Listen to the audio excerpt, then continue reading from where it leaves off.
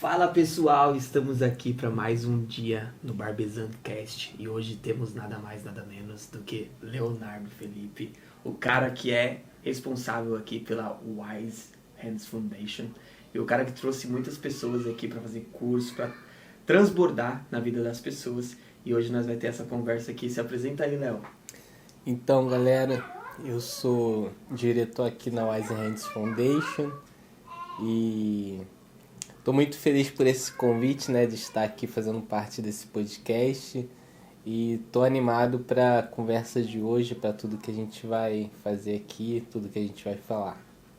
É isso aí, galera. Então, para quem não sabe, o Barbezancast é um podcast onde a gente vai trazer pessoas para poder contar um pouco da experiência, da história, o testemunho de vida, de como que fez você chegar aqui na Inglaterra, o decorrer aí, como que Deus criou caminho na sua vida para hoje você estar aqui, porque nós acreditamos que tudo na vida tem um propósito, né? E com certeza. É esse que é a intenção desse podcast, trazer pessoas para contar. Então, Léo, conta pra gente aí, há quanto tempo você tá aqui na Inglaterra? Eu tô na Inglaterra, já tem 17 anos. Caraca. Cheguei em 2008, vim junto com meus pais e meus irmãos. A gente foi morar em Oxford, né? A primeira vez. Né? E na verdade era um sonho do meu pai morar aqui, né? A gente só veio junto. Só veio junto. A gente morava na Itália antes. Na Itália. Ah, então você é imigrante já faz bastante tempo, desde a adolescência? Eu cheguei na Itália, eu tinha uns 10 anos de idade. Ah, era criança ainda, caramba. Morei 7 anos lá. 7 anos na Itália? Uhum. Ah, então o Léo tem uma bagagem aí muito grande de imigrante. Tem. E aí quando você chegou aqui, você falou que você tinha quantos anos, desculpa?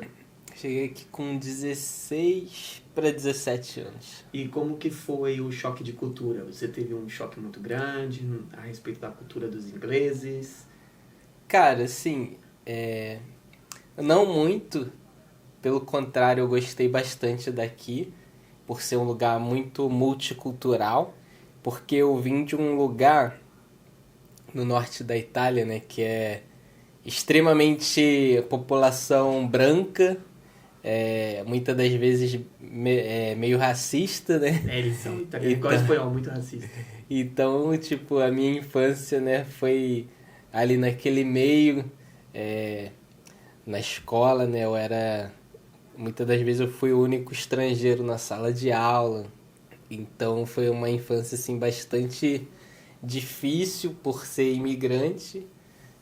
E quando eu cheguei aqui, tudo muito multicultural. É verdade. Então me senti em casa, né? E bastante brasileiro aqui também, né? Então a gente logo se enturmou ali com uma comunidade brasileira. E é isso, eu entrei na escola, era todo mundo, gente indianos, paquistaneses, africano, pessoas do leste europeu, brasileiro, então...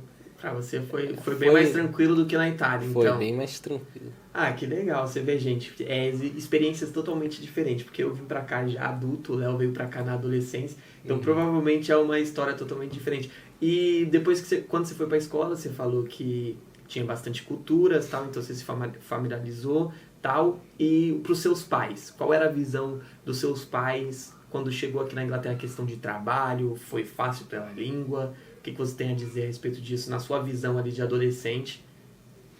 Cara, meu pai, ele veio pra cá na intenção de trabalhar, né? Ganhar dinheiro também, porque a Libra é uma moeda boa. Então eles já vieram com essa mentalidade.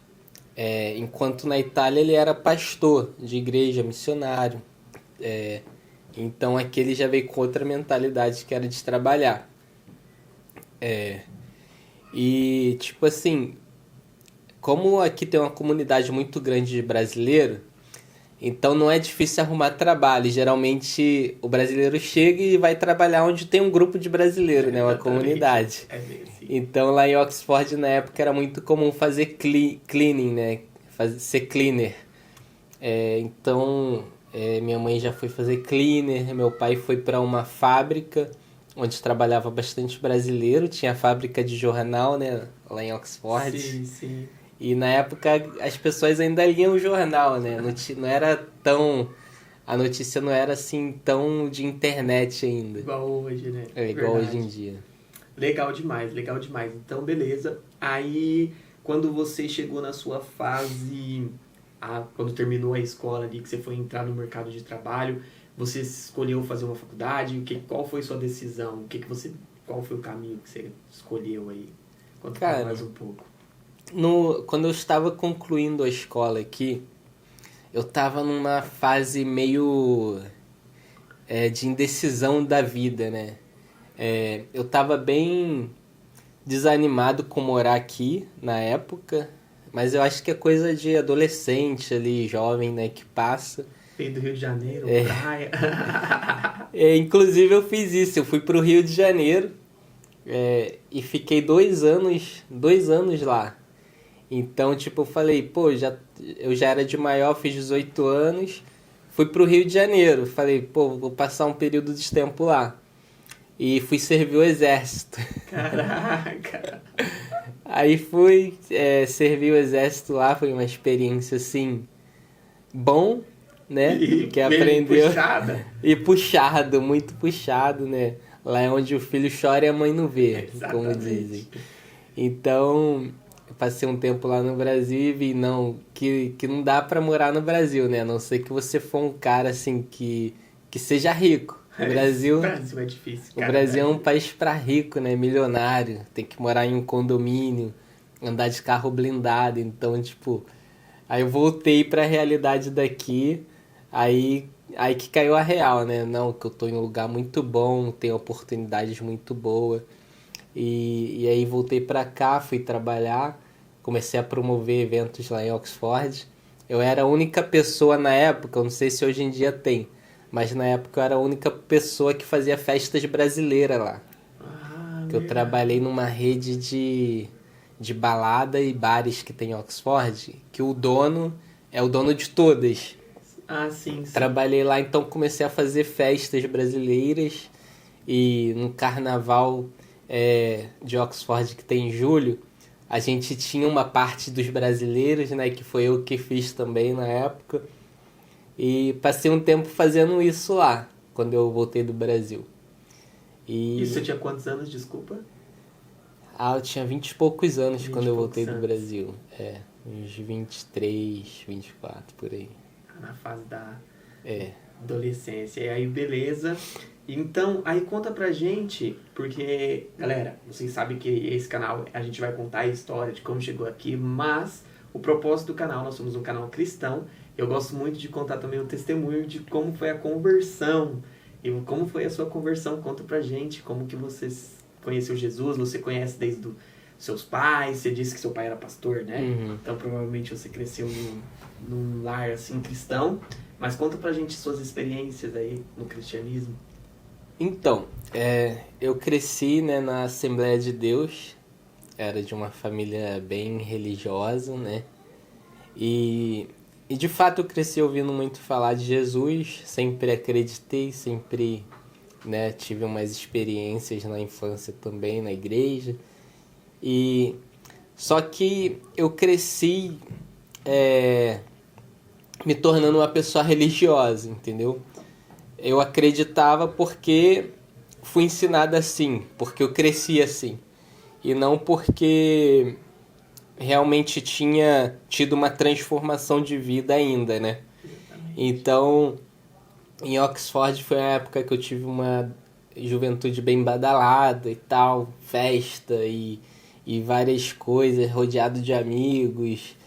Então foi assim, um período que eu tava pouco indo pra igreja, pouco me preocupando com essa questão, né?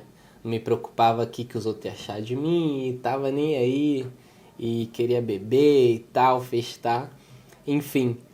E nesse meu período que eu voltei do Brasil, meus pais tinham se mudado para Londres, meus irmãos também. Eu fiquei em Oxford sozinho nessa época, morava com os amigos que trabalhavam comigo em balada, e até que chegou um tempo que eu comecei a ficar em depressão pelos fatos que tinham acontecido comigo. Eu tinha sido preso por estar dirigindo bêbado Aconteceu uma série de fatos lá que eu fiquei, tipo, bem desanimado, bem depressivo. E aí eu comecei a ver os amigos sumindo um pouquinho, né?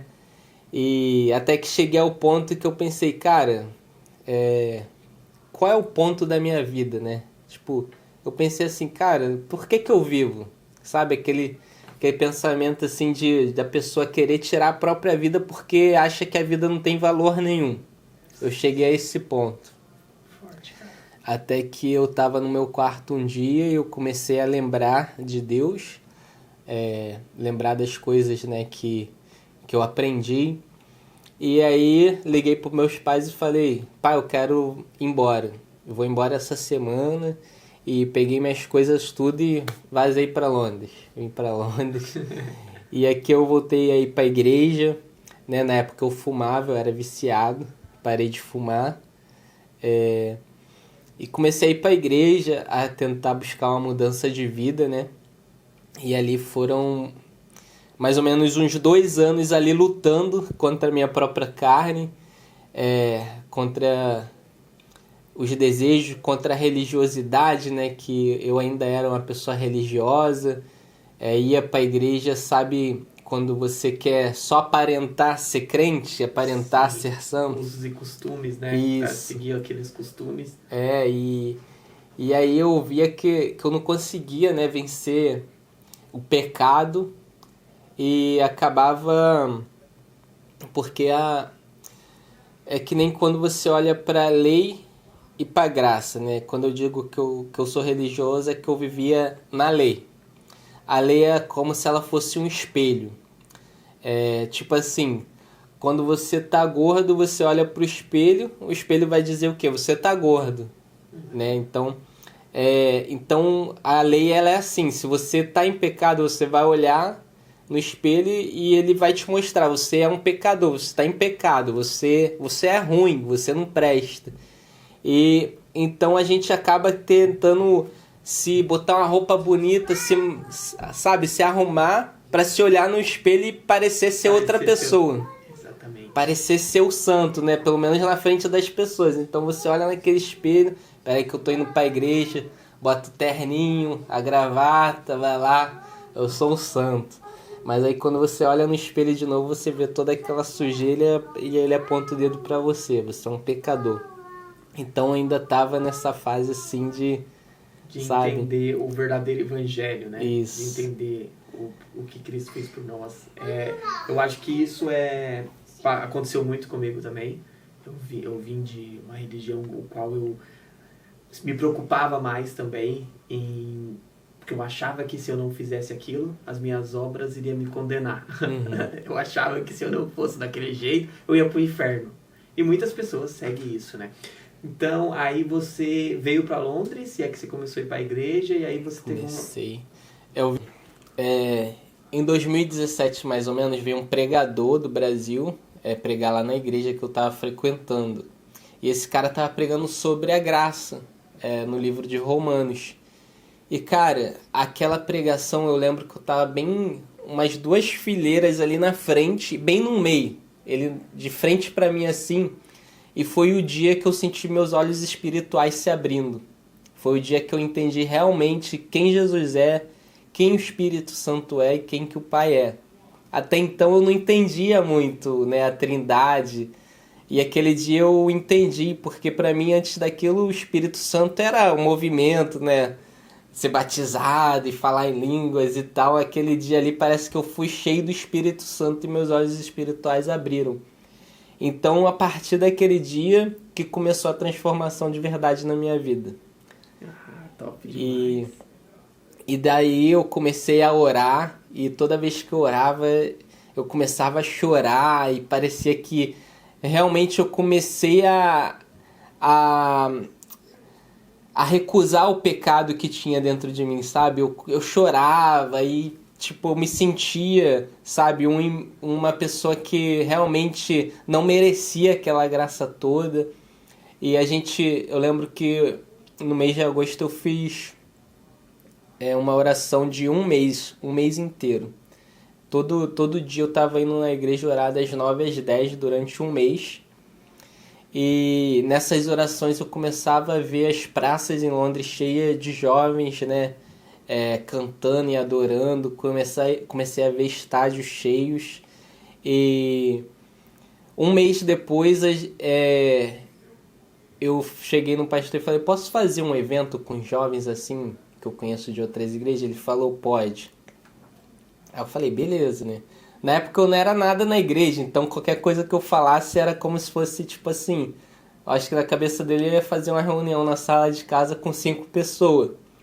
Só que a gente marcou esse evento, colocamos nas redes sociais e veio jovens de todas as igrejas de Londres. O evento deu 200 jovens e tipo foi um evento que nunca tinha dado tanta gente assim junto em Londres antes, entendeu? E tipo assim, um evento cristão e um evento que era sem denominação nenhuma. Eu aluguei um espaço lá em Elephant and Castle, no centro de Londres. E, cara, veio gente de Swindon, de Oxford, de Londres inteiro.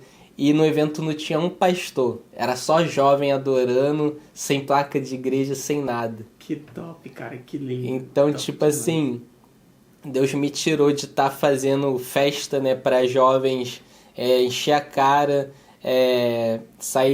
chegar em casa envergonhada, acordar com ressaca, para fazer evento onde tinha jovens cheios do Espírito Santo, com a vida sendo transformada. Lindo demais, cara. E você acredita que, tipo, eu creio muito nisso, que tudo tem um propósito. Por exemplo, a galera que te via lá nas baladas, tipo, provavelmente você tinha um grupo de amigos, alguns colegas. Provavelmente quando você foi, você conseguiu trazer algumas pessoas de lá, né? Servir de exemplo. E quando você, tipo, sai de lá e você faz um evento assim pra cristão, tipo, e vê essa transformação, a galera tem curiosidade de vir e você começa a trazer. Então eu acredito muito, cara, que tem um propósito. Uhum. Eu falo isso porque eu era do skate, né? Eu vivia na pista de skate. E quando Deus me converteu, cara, eu falava com a galera do skate ali, da palavra de Deus. E eu creio muito nisso, que Deus coloca as pessoas no lugar certo e no momento certo Ele dá a missão ali pra você.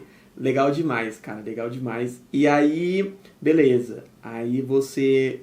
Isso era em 2000 e quando? 2000? A gente começou em 2018. 2018 com os eventos. E aí ficou um bom tempo. E uma das coisas que mais me uma das coisas que mais me animou nisso tudo foi poder fazer esses eventos em Oxford. Eu fiz, tipo, pelo menos umas 5 vezes em Oxford esse evento, fiz em Swindon. Então, tipo assim, é o lugar onde eu era conhecido como um cara que fazia as festas, que tava sempre, sabe, sempre na bagunça. Eu pude levar ali um evento que mudou a vida daqueles jovens ali daquela cidade também. Top demais, cara, top demais. E esse evento, na verdade, o intuito dele era unir os jovens das igrejas aqui para poder sair e fazer evangelismo juntos. Então, desde 2018 a gente começou a ir para a rua fazer evangelismo, e sempre vinha jovens de várias igrejas, assim, sem compromisso com denominação, sabe, com placa de igreja. E a gente ia, e antes da pandemia a gente tirou dezenas de moradores de rua da rua, ali no bairro de Stratford. A gente ia lá e tinha um shopping onde eles dormiam dentro na parte da noite. Então toda segunda a gente ia pra lá evangelizar esses caras. Tinha pelo menos uns 40 mendigos dormindo ali, né? Caraca. E eu lembro que a primeira vez que eu cheguei lá, eu sem experiência nenhuma, né? E cheguei como líder, né? Aquela galera me seguindo, vambora. Eu chamava, a galera vinha. Aí eu olhei assim, cara, tinha um moreno alto, tipo gangster assim, xingando todo mundo que passava e tal. E as pessoas passavam com medo daquele cara. E eu olhei assim, Deus, o que eu tô fazendo aqui, cara? O que eu vou falar pra essas pessoas? Mano, aí eu lembro que eu cheguei perto dele, a gente começou a conversar com ele ali, ele deu uma atençãozinha. E aí eu falei, cara, posso orar por você? Ele falou, pode. Comecei a orar por ele, cara. E os olhos deles começou a escorrer lágrimas. E chorando, e chorando, e chorando.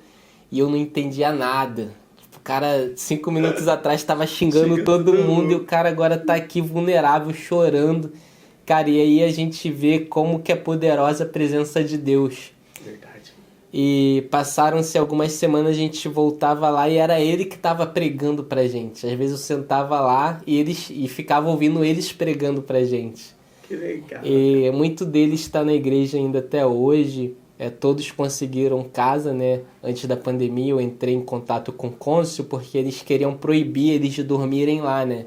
E era uma época bastante fria, então o cônsul me passou o contato de organizações sociais e a gente conseguiu tirar eles da rua. E esse jovem, né? O nome dele era Mohamed. Ele veio de uma família muçulmana e foi rejeitado por eles porque ele entrou para o mundo das drogas. Então ele foi expulso de casa. Vive na lei, né? E esse homem, ele, graças a Deus, a gente conseguiu. Ele foi internado numa clínica para ele se recuperar, né, das drogas e depois ele conseguiu um apartamento para ele morar também. Que top, cara, que top. Gente, que história maravilhosa. O Léo aí, uma história de superação, de graça, de amor, né? Transmite o amor de Cristo através aí desses trabalhos. E, nossa, lindo demais, ele tem um propósito. E conta pra nós, Léo, esse lugar onde nós estamos aqui, a Hands for Creators, a Wise Hands Foundation, tudo aqui, esse lugar onde nós estamos fazendo esse podcast, como que isso surgiu? Conta pra gente um pouco como que você veio parar aqui. Cara, foi um negócio muito louco, porque foi o ano passado, bem nessa época de verão, né, comecinho de verão,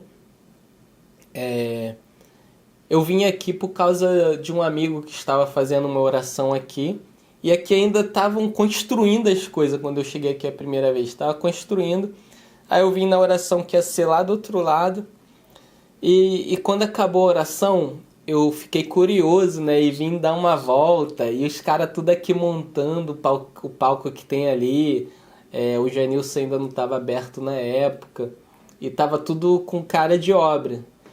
Aí eu fiquei curioso, nossa, que lugar é esse, né? E comecei a conversar com o pessoal que tava ali, e aí contei um pouquinho da minha história, do que eu fazia, eles contaram um pouquinho do que era o Wise Hub também. E eu comecei a vir aqui com mais frequência. E acabou que eu comecei a vir aqui também para trabalhar ali na mesa. E até que eu comecei também a ajudar eles na questão de regulamentação de documentos da Charity, né, que eles tinham, a Wise Hands Foundation. E poucos meses depois eu recebi o convite do Júnior Gaino de assumir a direção da Wise Hands Foundation. E na época eu estava trabalhando como gerente de contabilidade de um café lá no centro de Londres, que tinha também um propósito que trabalhava com moradores de rua. Eu dormia, né, uma vez por semana no abrigo com os moradores de rua, evangelizava eles e tal. E do nada eu estava dormindo com um morador de rua à noite. Saía de lá de manhã, passava em casa, tomava um banho, vinha pra cá e pensava como que eu iria mudar a vida dos brasileiros em Londres através da educação gratuita. Então, tipo assim, quando você acha que já tá fazendo muito, Deus vai lá e fala, calma que você pode fazer mais. Amém, amém. Então, foi daí que tudo começou, e o Wise Hub realmente é um lugar onde dá muita oportunidade para a comunidade brasileira aqui em Londres. E nos últimos 4 meses a Wise Hands Foundation ele transformou a vida de mais de 500 pessoas através dos cursos gratuitos. Nós tivemos até o mês de maio um total de 23 cursos que a gente deu, né, gratuitamente para as pessoas da nossa comunidade. E ainda continuamos, né? Ainda tem muita coisa tem muita coisa para vir aí ainda. Até esse projeto, gente, graças o pessoal daqui desse prédio, desse local, eles disponibilizaram um espaço maravilhoso onde a gente está gravando esse podcast, que era um sonho meu, levar para vocês um pouco da graça, das histórias como a do Léo, que, cara, história de superação, história maravilhosa. E tem muitas pessoas que têm histórias como essa, testemunhos lindos. E se você estiver disposto também de vir aqui, sentar nessa mesa, contar a sua história, contar o seu testemunho, como você chegou aqui, tudo que você passou, fala com a gente e vamos bater esse papo. E, Léo, agora umas perguntas que eu vou fazer pra você. Qual foi o seu maior perrengue que você passou na Inglaterra? Eu acho que de língua você não passou tanto, que você veio quando era criança, a maioria é o idioma, né? É. Mas qual foi o... Você falou que você foi preso, eu acho que talvez pode ter sido esse. Também, mas assim, eu quero lembrar das coisas boas, né? Das Eu não coisas quero boas. lembrar das coisas ruins. Então, lembrando das coisas boas, porque assim, eu cheguei aqui, só que durante 10 anos, pelo menos, eu vivi dentro da comunidade brasileira. Então, o meu inglês era bem básico, assim, porque eu fui pouco relaxado nessa parte, né, de estudar e tal. E eu entrei naquela zona de conforto de trabalhar com brasileiro, andar com brasileiro. Sim. Então, em 2019, né, quando a gente começou todo aquele movimento, né, do Hope, né, chamava Hope, Deus me levou para a comunidade inglesa, que eu fui bastante perseguido dentro da igreja brasileira aqui. Bastante perseguido mesmo, A porque... galera não gosta quando você Não, faz né? movimento pra juntar Meu irmão, várias denominações, né? quando eu cheguei aqui, a gente era proibido de ir na igreja do outro. Você acredita? Um amigo meu me convidava. Ah, mano, vamos tocar lá, culto dos jovens, a gente precisa de ajuda, não tem ninguém pra tocar. A gente não podia ir. Era proibido. Gente, é uma coisa que não entra na minha cabeça. Isso, tipo, nunca vai entrar. É um dos meus maiores sonhos, eu até brinco com o pastor, eu falo assim, um dos meus maiores sonhos é que tivesse só uma igreja. Todos nós somos irmãos em uma só comunidade. Mas isso acontece muito, né, Léo?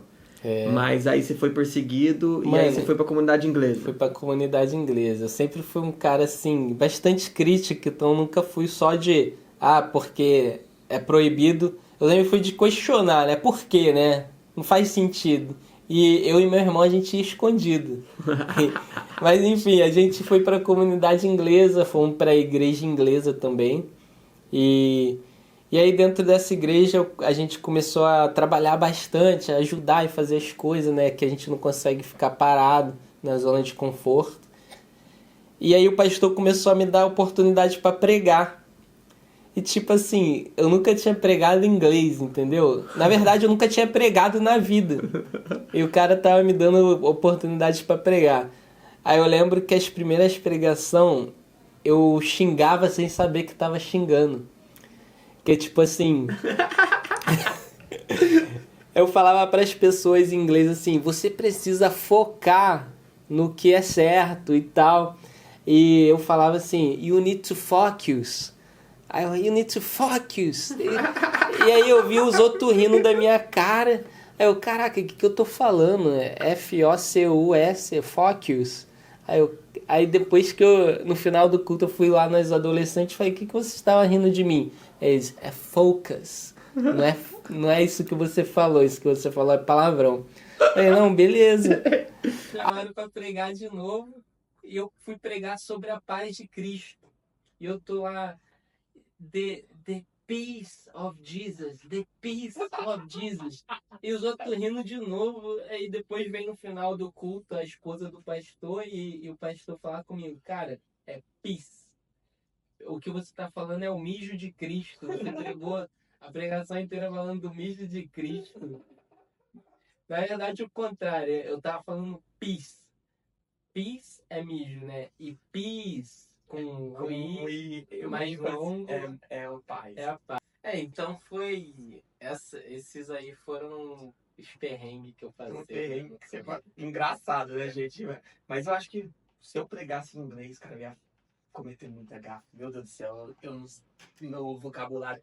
Eu até falei com um amigo meu, eu falei, cara, eu preciso aprender a Bíblia em inglês. Eu não sei nada, eu não sei nem o nome dos personagens em inglês, não sei nem o nome dos livros da Bíblia em inglês. Mano, depois que eu paguei esses mica aí, eu só comecei a ler a Bíblia em inglês. Até hoje, eu só leio em inglês, não leio em português. Não, eu vou ter que começar, galera.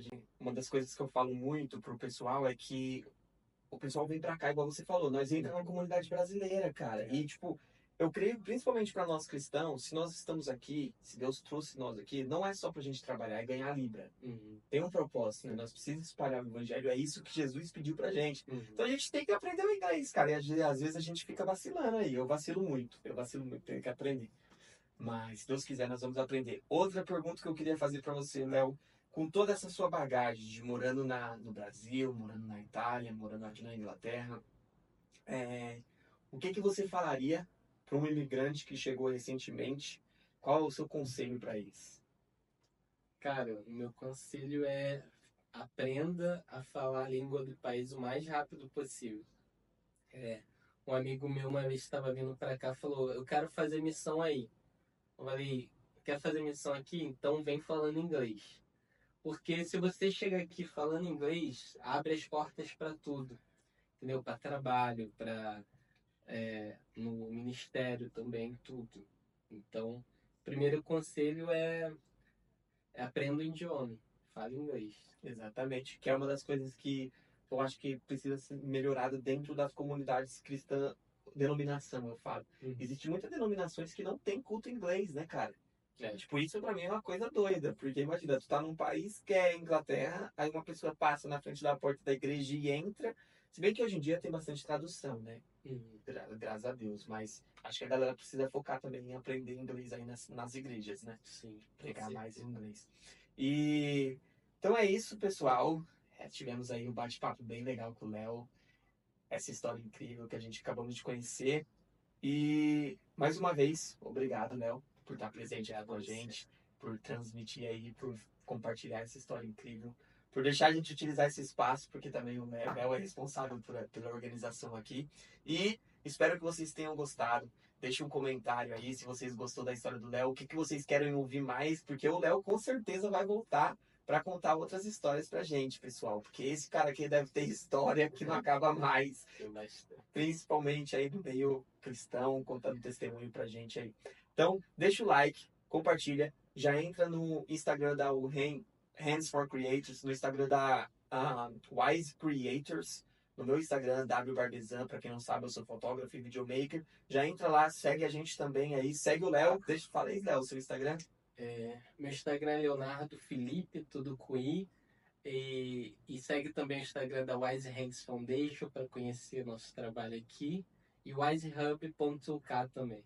É isso aí, galera. Tamo junto. Até a próxima e falou.